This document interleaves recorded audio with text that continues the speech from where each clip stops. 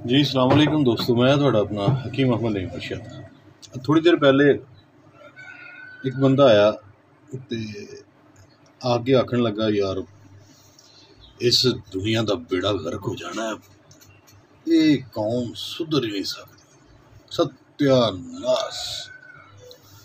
मैं हो की गया। वो कहता यार वेख, मैं उत्थे वेख्या कि बंदा पाटे पुराने कपड़े पाए दे उन्हें हैं, आटे की गुत्थी छोटा जिहा जिहड़ा 10 किलो का मेरे ख्याल मिलता है, ये चुके होया ते अगे एक दुकान के उत्ते उन्होंने सेल कर रहा, बेच रहा उन्होंने। अच्छा, मैं बड़ी गलत गल है यार। कहता ये लोग अपना दीन मान ही भुल गए नहीं यार, उतों सस्ता आटा लंदने के इधर बेच छड़ते। किन्ने का बेचिया होगा यार उन्हें आटा? हाँ, कुछ 600-700 का बेच छड़िया होना। अच्छा, 600 का 500 का ही बेचिया। ਅਸੀਂ ਐਵੇਂ ਗੱਲਾਂ ਕਰ ਅਗਲੀ ਗੱਲ ਉਹਦੇ ਨਾਲ ਕਰਨਾ ਚਾਹੁੰਦਾ ਸਾਂ ਕਿ ਇੱਕ ਬੰਦਾ ਉੱਥੋਂ ਦੀ ਗੁਜ਼ਰਿਆ, ਕਹਿੰਦਾ ਯੂ ਪੈਂਟ ਚੋਦ ਜਾਂਦੇ ਆ ਇਸ ਤਰ੍ਹਾਂ ਮਾਜ਼ਰਤ ਨਾਲ। ਉਦੋਂ ਹੀ ਮੈਂ ਅਲਫਾਜ਼ ਬਿਆਨ ਕਰ ਰਿਹਾ। ਮੈਂ ਅੱਛਾ ਨੂੰ ਬੁਲਾਉਂਦੇ ਹੁੰਦਾ, ਮੈਨੂੰ ਆਵਾਜ਼ ਮਾਰੀ। ਉਹਦੇ ਹੱਥ ਲਿਫਾਫੇ ਸਨ, ਇੱਕ ਛਾਪਰ ਸੀ। ਮੈਂ ਇੱਧਰ ਆਈ ਆ ਚੋਰੀ, ਕੀ ਹਾਲ ਹੈ ਤੇਰਾ? ਠੀਕ ਹੈ। ਕਹਿੰਦਾ ਖੈਰ। ਮੈਂ ਛਾਪਰ 'ਚ ਕੀ ਪਾਇਆ? ਕਹਿੰਦਾ ਅਸਾਂ ਭਾਈ ਕੀ ਪਾਣਾ, ਹਾਂ ਕਿਹੜਾ ਗੋਸ਼ ਪਾ ਕੇ ਲੈਣਾ ਛਾਪਰ 'ਚ। ਮੈਂ ਨਹੀਂ ਫਿਰ ਵੀ ਦੱਸ ਦੇ ਯਾਰ ਕੀ।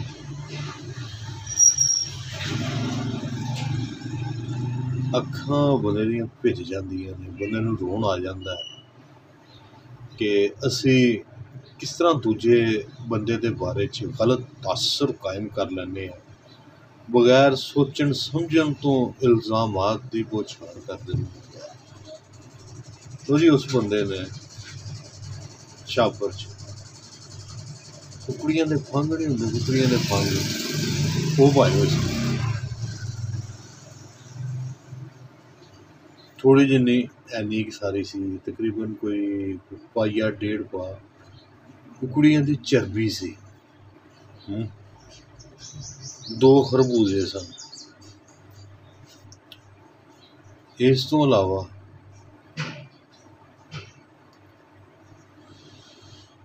ਮੈਂ ਕੀ ਦੱਸਾਂ ਯਾਰ। ਮੈਂ ਕਿੱਧਰ, ਉਹਨੇ ਕਿਹਾ ਜੀ ਕਿ ਇਹ ਕੀਮਤਨ ਲੈ ਕੇ ਆਏ ਆ ਫੰਗ ਕੁਕੜੀਆਂ ਦੇ। ਇੱਕ ਫੰਗ ਦੇ ਨਾਲ ਨਾ ਅੰਦਰ ਛੋਟੀ ਜਿਹੀ ਇੱਕ ਬੋਟੀ ਲੱਗੀ ਹੁੰਦੀ ਹੈ, ਉਹਨੂੰ ਘਰ ਜਾ ਕੇ ਸਾਫ਼ ਕਰਕੇ ਬੋਟੀ ਬਾਹਰ ਕੱਢਣੀ ਹੈ। ਠੀਕ ਹੈ ਜੀ। ਜਿਹੜੀ ਚਰਬੀ ਹੁੰਦੀ ਹੈ ਉਹ ਕੁਕਿੰਗ ਆਇਲ ਨਹੀਂ ਹੁੰਦਾ। ਕੁਕਿੰਗ ਆਇਲ ਦੀ ਜਗ੍ਹਾ 'ਤੇ ਬਹੁਤ ਸਾਰੇ ਲੋਕ ਅੱਜ ਕੱਲ੍ਹ ਇਹਦੀ ਚਰਬੀ ਜਿਹੜੀ ਹੈ ਨਾ, ਬਰਾਇਲਰ ਜਿਹਨੂੰ ਆਖਦੇ ਹੋ, ਉਹਦੀ ਚਰਬੀ ਇਸਤੇਮਾਲ ਕਰਦੇ ਪਏ ਨੇ। ਉਹ ਜਨਾਬ ਕੋਈ 150 ਰੁਪਈਏ ਦੀ, 100 ਰੁਪਈਏ ਦੀ ਕਿਲੋ ਲੱਭ ਜਾਂਦੀ ਹੈ ਲੋਕਾਂ ਨੂੰ। ਉੱਥੋਂ ਨਾ 200 ਰੁਪਏ ਕਿਲੋ ਜਾਂ 150 ਰੁਪਏ ਕਿਲੋ ਉਹ ਲੋਕ ਉਹ ਥੋੜ੍ਹੀ ਜਿਹੀ ਹੰਡੀ 'ਚ ਪਾਉਂਦੇ ਨੇ ਅਤੇ ਉਹ ਪਕਾਉਂਦੇ ਨੇ ਅਤੇ ਖਾਂਦੇ ਨੇ। ਹੋਰ ਵੀ ਸਮਾਨ ਸੀ ਖੈਰ ਉਹਦੇ ਕੋਲ। ਮੈਂ ਉਹਨੂੰ ਪੁੱਛਿਆ, ਮੈਂ ਕਿਹਾ ਇਹ ਕਿੱਥੋਂ ਲੈ ਕੇ ਆਇਆ? ਉਹਨੇ ਕਿਹਾ ਯਾਰ ਬਹੂ ਲਿਆਉਣਾ ਕਿੱਥੋਂ ਹੈ, ਆਟੇ ਦਾ ਤੋੜਾ ਲੈਣ 'ਚ ਲੱਗ ਕੇ ਲਿਆ ਸੀ ਅਤੇ ਉਹ ਤੋੜਾ ਵੇਚਿਆ ਅਤੇ ਅੱਜ ਸ਼ਾਮ ਨੂੰ ਅਸੀਂ ਯਸ਼ੀ ਕਰਨੀ ਹੈ, ਇਹ ਬੋਟੀਆਂ ਵੀ ਖਾਣੀਆਂ ਨੇ ਹੈਂ, ਤੜਕਾ ਇਸ ਚਰਬੀ ਦਾ ਲੱਗ ਜਾਣਾ। ਇਹ 2 ਖਰਬੂਜੇ ਵੀ ਲਿਆਂਦੇ ਨੇ ਹੈਂ। ਮੈਂ ਕਿਹਾ 2 ਖਰਬੂਜੇ ਕਿੰਨੇ ਦੇ ਨੇ? ਕਹਿੰਦਾ 150 ਰੁਪਈਏ ਦੇ 2 ਆਏ ਨੇ ਹੈਂ। 200 ਮੰਗਦਾ ਸੀ, ਤਰਲਾ ਕਰਕੇ 150 ਦਿੱਤਾ ਹੈਂ।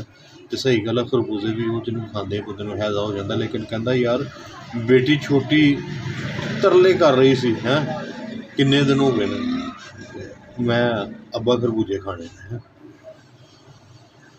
ਉਹ ਬੰਦਾ ਵੀ ਮੇਰੇ ਕੋਲ ਖੜ੍ਹਾ ਸੀ ਅਤੇ ਉਹਦੀ ਧੌਣ ਝੁਕੀ ਹੋਈ ਸੀ, ਸ਼ਰਮਿੰਦਾ ਸੀ ਬੜਾ ਨਾ। ਅਤੇ ਉਹਨੇ ਨਾ ਆਪਣੀ ਜੇਬ 'ਚੋਂ ਰੁਪਈਆ 500 ਕੱਢ ਕੇ ਉਹਨੂੰ ਦਿੱਤਾ ਕਿ ਕਹਿੰਦਾ ਯਾਰ ਇਹ ਲੈ, ਅੱਜ ਆਪਣੀਆਂ ਧੀਆਂ ਵਾਸਤੇ ਕੁਝ ਹੋਰ ਸ਼ੈ ਵੀ ਖਾਣ ਵਾਸਤੇ ਲੈ ਕੇ ਜਾਈ, ਯਸ਼ੀ ਕਰਵਾਈ। ਉਹ ਬੰਦਾ ਸੋਚ ਚਲਾ ਗਿਆ। ਉੱਥੋਂ ਬਾਅਦ 'ਚ ਉਹ ਮੈਨੂੰ ਕਹਿੰਦਾ ਯਾਰ ਮੇਰੀ ਜਿਹੜੇ ਵਰਡਸ ਨੇ, ਮੇਰੀ ਵਰਡਿੰਗ ਹੈ, ਜਿਹੜੇ ਮੈਂ ਲਫ਼ਜ਼ ਬੋਲਣੇ ਇਹਨਾਂ ਦਾ ਤੂੰ ਗਵਾਏ ਆ, ਅਤੇ ਯਾਰ ਮੈਂ ਤੇਰੇ ਕੋਲੋਂ ਮਾਫ਼ੀ ਮੰਗਣਾ, ਰੱਬ ਕੋਲੋਂ ਮਾਫ਼ੀ ਮੰਗਣਾ ਕਿ ਮੈਂ ਅੱਜ ਤੋਂ ਬਾਅਦ ਕਿਸੇ ਵੀ ਬੰਦੇ ਦੇ ਬਾਰੇ 'ਚ ਗਲਤ ਤਾਸਰ ਨਹੀਂ ਕਾਇਮ ਕਰਾਂਗਾ। ਤੇ ਤੁਸੀਂ ਮੇਰੀ ਗੱਲ ਕਰਨ ਦਾ ਮਕਸਦ ਸਮਝ ਹੀ ਗਏ ਹੋਵੋਗੇ ਕਿ ਜੇ ਕੋਈ ਆਟੇ ਦਾ ਤੋੜਾ ਲੈ ਕੇ ਉੱਥੋਂ ਤੇ ਉਹ ਵੇਚਦਾ ਤੇ ਉਹ ਮੁਸ਼ੱਕਤ ਕਰਦਾ, ਲਾਈਨ 'ਚ 3 ਘੰਟੇ ਪਹਿਲਾਂ ਹੀ ਖਲੋਂਦਾ, ਫਿਰ ਉਹ ਲੈਂਦਾ ਤੇ ਫਿਰ ਉਹ ਵੇਚਦਾ। ਉਹਦੇ ਸ਼ਨਾਖਤੀ ਕਾਰਡ ਦੇ ਉੱਤੇ ਪਾਸ ਹੁੰਦਾ ਆਟਾ ਤੇ ਉਹ ਵੇਚਦਾ, ਆਟਾ ਉਹਦੀ ਮਲਕੀਅਤ ਆ ਉਹ ਉਸ ਵੇਲੇ, ਤੇ ਉਹਨੂੰ ਵੇਚਦਾ। ਤੇ ਯਾਰ ਕੋਈ ਐਡਾ ਵੱਡਾ ਉਹ ਗੁਨਾਹ ਨਹੀਂ ਕਰਦਾ, ਵੇਚ ਕੇ ਫਿਰ ਜ਼ਰੂਰਤ ਦੀ ਸ਼ਾਹੀ ਕੋਈ ਲੈ ਰਿਹਾ। ਤੁਹਾਡੀ ਮਿਹਰਬਾਨੀ ਥੋੜ੍ਹਾ ਜਿੰਨਾ ਐਵੇਂ ਬਸ ਜ਼ਹਿਨ ਨੂੰ ਖੋਲ੍ਹੋ, ਕੋਈ ਗੱਲ ਨਹੀਂ। ਖੈਰ ਹਰ ਚੀਜ਼ ਜਿਹੜੀ ਹੈ ਨਾ ਉਹ ਮਾੜੇ ਬੰਦੇ ਦੇ ਉੱਤੇ ਹੀ ਆ ਕੇ ਜਿਹੜਾ ਨਾ ਉਹ ਨਹੀਂ, ਉਹ ਚੰਗਾ ਨਹੀਂ ਲੱਗਦਾ ਬੰਦਾ। ਜਿਸ ਤਰ੍ਹਾਂ ਉਸ ਬੰਦੇ ਨੇ ਆਪਣਾ, ਉਸ ਬੰਦੇ ਦਾ ਕੰਸੈਪਟ ਕਲੀਅਰ ਹੋ ਗਿਆ, ਉਹਦਾ ਉਹ ਬੰਦਾ ਇੱਥੋਂ ਲੰਘਿਆ, ਆਪਣਾ ਜਿਹੜਾ ਨਾ ਉਹ ਸਭ ਕੁਝ ਉਹਦੀਆਂ ਅੱਖਾਂ ਦੇ ਉੱਤੇ ਜਿਹੜਾ ਅੱਗੇ ਵੱਧਦਾ ਸੀ ਉਹ ਛੱਡ ਗਿਆ। ਅਤੇ ਰੱਬ ਕਰੇ ਸਾਡੇ ਸਾਰੀਆਂ ਦੀਆਂ ਅੱਖਾਂ ਦੇ ਅੱਗੋਂ ਜਿੰਨੇ ਵੀ ਪਰਦੇ ਨੇ ਇਹ ਛੱਡ ਜਾਣ, ਬੜੀ ਵੱਡੀ ਗੱਲ ਹੈ। ਅਤੇ ਹੋਰ ਵੀ ਵੈਸੇ ਬੜੀਆਂ ਗੱਲਾਂ ਨੇ, ਫਿਰ ਕਿਸੇ ਦਿਨ ਕਰਾਂਗੇ। ਜਿਉਂਦੇ ਵਾਸਤੇ ਰਹੋ। ਅਤੇ ਆਹੋ, ਅੱਲਾ ਹਾਫਿਜ਼।